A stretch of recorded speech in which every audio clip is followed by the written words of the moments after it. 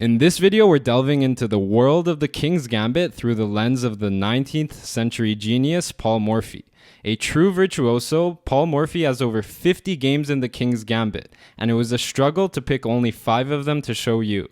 So brace yourselves as we uncover the secrets of Morphy's King's Gambit together. The stage is set with the blindfolded Paul Morphy facing the American chess master Theodor Lichtenstein. It starts e4, e5, and Morphy tosses the gauntlet with f4, the King's Gambit. Black accepts, and in doing so, cedes control of the center. Morphy continues with the most popular move, knight f3, both developing and preventing queen h4 check. In response, Black chooses the modern defense with d5. This move aims to catch up in development, opening lines for the pieces rather than trying to keep the extra pawn. It also forces White to waste a move to deal with the tension in the center, which in this case results in White capturing the pawn. Black develops the bishop to e7 with ideas of playing bishop h4 check. Morphy follows with bishop b4 check, enticing Black to play c6. White captures the pawn, and Black has the option to develop his knight, but White would immediately castle. So instead, Black captures with the pawn to attack the bishop. After it moves, Black follows through with his plan of playing bishop h4 check. Next, Morphy unveils a surprising and potent move, g3. Black captures, and White castles into a seemingly tumultuous kingside. Yet within this chaos, order prevails. The king escapes the center, the bishop and rook unite, breathing down on f7, ready for an onslaught. Black takes the last pawn, and White does not recapture. He plays king h1, taking shelter behind what is known as an umbrella pawn. Black can't attack their own pawn, so it actually serves as a valiant defender to the white king. Now the threat is to take the bishop, opening a discovered attack on f7. So Black retreats it to f6, blocking the file. Knight e5 is a tricky move. It adds an attacker on f7, and should it be taken, White would have a massive attack. However, this was a bluff by Morphy. Black could actually take the knight, and although White could take on f7, he doesn't have enough pieces ready to attack. Black would have time to consolidate and simply be up a piece. Back to the game. Staring into Morphy's poker face, Black flinches, choosing to hunker down with knight h6. d4 defends the knight and opens the bishop's eyes. Black takes on e4, and here Morphy decides that it has been long enough. It's time to go for the king. Queen h5, the threat being to take twice on f7 with checkmate. Black plays the best move, queen takes d5, defending the bishop and giving the king an escape square. Morphy takes twice on f7, and after king d8, plays bishop g5 check. The only move is bishop f6 blocking. Then White plays knight c3, bringing more pieces into play and threatening the devastating rook d1, pinning the queen to the king. It's here that Black stumbles. He could have taken on g5 with the clever resource of meeting rook a to d1 with bishop d2. He didn't see that, unfortunately, instead playing bishop d7, which also meets the threat of rook a to d1. But there was another threat. With the a rook now defending the back rank, the other rook has the freedom to leave it, and it captures on f6. It cannot be recaptured because of the resulting double attack, so Black gets out of the way with king c7. The final act unravels quickly. Bishop f4 check puts the king on the run, then rook d6, attacking both the queen and the bishop. The queen moves, and Morphy doesn't even take the bishop just yet, playing knight e4 instead to bring more pieces near the king. The queen is attacked, so she has to move, then rook takes d7, knight takes d7, and queen d7 sending the black king scrambling. Knight d3 comes even closer, and Black plays rook h to d8, attacking the queen. Here's the critical position. Step into Paul Morphy's shoes. Can you find how White wins?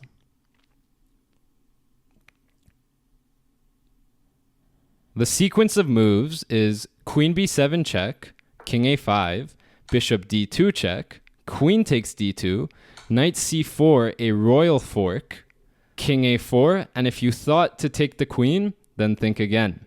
Morphy plays b3 checkmate. Although the name of Paul Morphy's next opponent has since been forgotten, the brilliance of the game itself continues to echo through the halls of chess history. The gambit is accepted, and Morphy unfurls bishop c4, immediately pressuring f7. However, this gives black the opportunity to play queen h4 check, stealing away white's right to castle. g5 is the follow-up, expanding on the king side and solidifying the extra pawn. Morphy calmly proceeds his development with knight c3. Black's bishop then assumes a commanding position on the long diagonal, to which Morphy responds by clamping his grip on the center with d4. Knight c6 adds a second attacker to d4. This is easily met with knight f3 defending and attacking the queen. After queen h5, Morphy's knight leaps into action, threatening a fork on c7. The only defense is king d8. c3 strengthens the center, granting more liberty to white's queen and knight. After black plays knight f6, Morphy takes it, luring the bishop forward. Then he can advance in the center with tempo. The bishop retreats, and white continues with h4, trying to break down black's pawn chain. Black challenges the center with f6.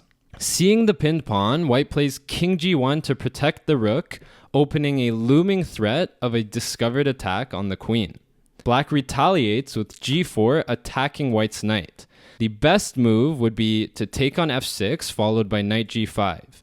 But Morphy chooses knight h2, attacking the g-pawn. Black takes on e5, and white takes on g4. Black takes another pawn, and white follows suit, developing his bishop as well. Here is where black goes wrong. White's potential bishop g5 looms like a storm cloud over black's position, and it would severely hamper the queen's mobility. Black should consider preventative measures like h6 or queen c5, getting the queen out of there. Instead, rook f8 is played, attacking the bishop and putting the rook on an open file. Morphy, like a hawk, pounces on the opportunity with bishop g5 check. King e8 would be met with knight f6, opening a discovered attack on the queen. So knight e2 blocking. Then queen e2 threatens checkmate, and there isn't a way to stop it without losing a whole bunch of material. In the game, black plays rook e8, Morphy continues knight e5, revealing the queens to one another. Black's queen, being undefended with nowhere to go, captures white's queen. And the coup de grace? Knight f7, checkmate.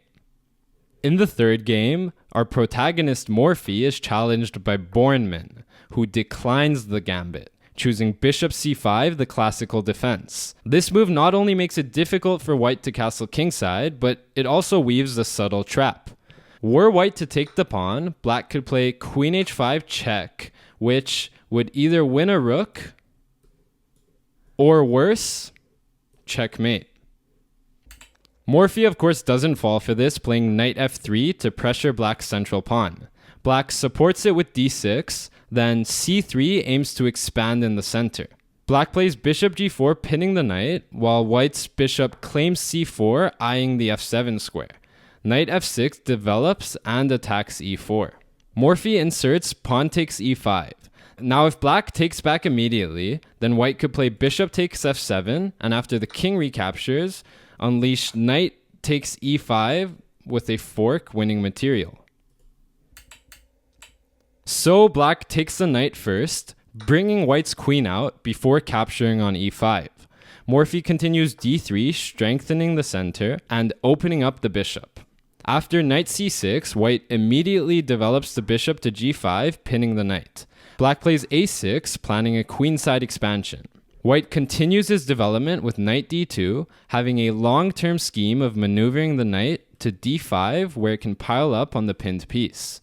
Sensing this, black breaks the pin with bishop e7. In a bold display of strategic planning, Morphy castles queenside, a choice that may expose his king, but yet optimally places the rook in the center. Inspired, black mirrors this strategy, playing queen d7 to open the way to castle queenside. White starts the maneuver to d5, playing knight c1, and black castles long. Although the f7 pawn is hanging it, taking it would be ill-advised, since black could put a rook on the f-file, potentially opening some discovered attack opportunities on the queen. Morphy opts for knight e3 instead, eyeing some vulnerable squares in black's camp. Now that the knight blocks the bishop, black plays h6. Bishop h4 preserves the bishop, g4 hits it again, and bishop g3 gives the bishop some strong long-term potential on a nice diagonal. Although white probably wouldn't take the f-pawn, black plays rook d to f8 anyways, laying the groundwork for an eventual f4 pawn break. Morphy's knight finally sets foot on d5, placing two attackers on the black knight. Black chooses to avoid the exchange, playing knight e8. Then d4 expands in the center, and after black exchanges the pawns, white's dormant bishop springs to life. In an effort to rescue his own bishop, black opts for bishop e8. And you'd think this is a chess 960 game. Morphy activates his rook, lining up a battery on the semi-open file. Black's knight to d6 provokes white's bishop to retreat. With knight b5 adding another attacker to d4, white bolsters its defense with queen e3. It's at this juncture that black slips up, with the f5 pawn break proving to be a fatal misstep. Morphy grabs the pawn, opening the e-file, which is a problem. Why? Black should play rook to e8, contesting the open file, but after black recaptures the pawn, white unleashes knight b6. A marvelous sacrifice. This is a clearance sacrifice because it clears the path for the bishop. Black must take the knight since it forks the king and queen. With white's control of the e-file, bishop e6 is possible, pinning the queen to the king. Morphy is practically bathing in advantage at this point. Once he captures the queen, he will have two minor pieces for the queen, a healthy material lead. So let's speed through the rest of the game. Black plays rook d5 to save his hanging rook. White goes for rook f7, putting the rook on the 7th rank.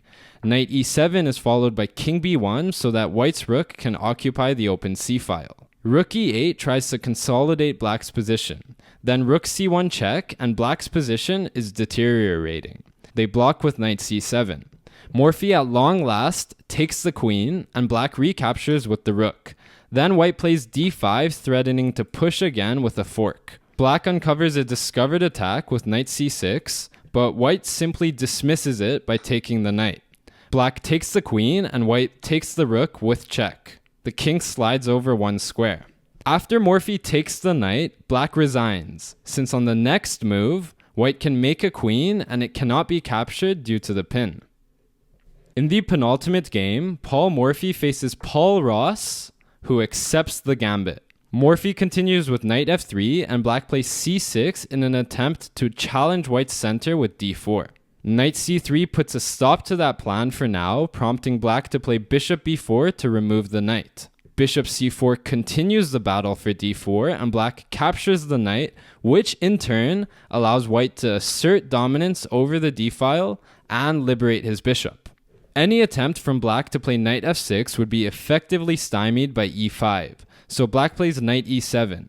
Morphy then masterfully places his queen on d6, a move that constricts black's position like a boa constrictor. Black castles, and white regains the gambit pawn. After knight g6 attacking the bishop, white plays bishop g5 hitting the queen. Black plays queen e8 sidestepping, and white castles. At this point, black could capture the pawn on e4, but doing so would be as wise as catching a tiger by its tail. White would immediately strike back with rook a to e1, gaining a tempo and commanding the board. What black should be contemplating is how to develop the queenside. A move like b6 or b5 could do the trick. Instead, he plays king h1, stepping away from the bishop's gaze. Morphy continues rook a to e1, and black plays f6, blocking the bishop's diagonal so he could play a move like queen e7 to dislodge the queen from its powerful post. White ignores the attack on his bishop, playing e5. If black dares to capture the bishop, then white would recapture with the knight. This forces black into a lose-lose situation where he either lets white exchange the rooks or he initiates the exchange himself. Either way, the result would be the same. White would lift the rook, then sacrifice the queen, opening the h-file, and play checkmate. And there would be no way to stop this.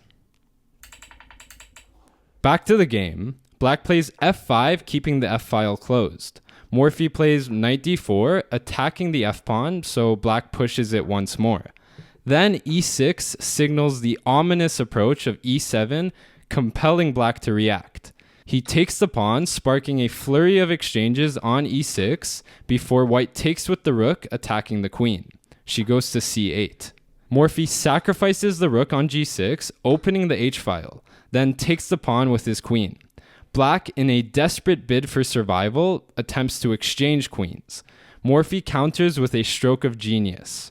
Rook takes f4, offering up his queen for the rook on f8. King h7 is the only move, then bishop g8 forces the king back to h8. Bishop f7 wins back the queen. Once the dust settles, Morphy emerges 2 pawns ahead. His final move is bishop f4, which wins the knight since it can't move due to the pin. So black resigns. The final opponent is Eugene Rousseau, a French chess master, and the gambit is accepted. Morphy plays his preferred knight f3, and black responds with the most popular move, g5, holding on to the extra pawn. h4 challenges the pawn chain, and black pushes forward with g4, putting the knight under fire. Morphy's knight jumps to g5. After h6, he makes a daring sacrifice on f7, coaxing the king out into the open. Then he takes the g4 pawn with his queen. Black plays queen f6, defending the f-pawn, and white continues bishop c4 check. After king e7, white plays knight c6, threatening the brutal knight d5 royal forking. c6 prevents that. Meanwhile, the knight on g8 is hanging, but if white were to take it, black could just play h5, forcing the queen to abandon the defense of the bishop. Instead, Morphy plays e5, willingly sacrificing a pawn. This cunningly lures the queen to the same file as the king. After king d1, the threat is to play rook d1, which would win the queen. Black plays king d8. Rook e1 comes anyway, attacking the queen, and here black should play knight f6, counterattacking because the knight is still hanging. He actually plays queen c5, allowing Morphy to reclaim the piece with bishop takes g8. Black follows up with d5, opening a discovered attack on the queen. But this is the critical mistake. Take a couple minutes and try to find the winning move. The move Morphy plays is rook e8. The king is forced to capture, allowing white to claim the bishop with a deadly check. We see king e7. Then Morphy, with the precision of a surgeon, plays the only winning move. Knight takes d5 check, exploiting the pinned pawn. Black plays king d6, and the final blow is queen c7 checkmate. I hope these games were both entertaining and instructive. Don't forget to like, comment, and subscribe for more chess content.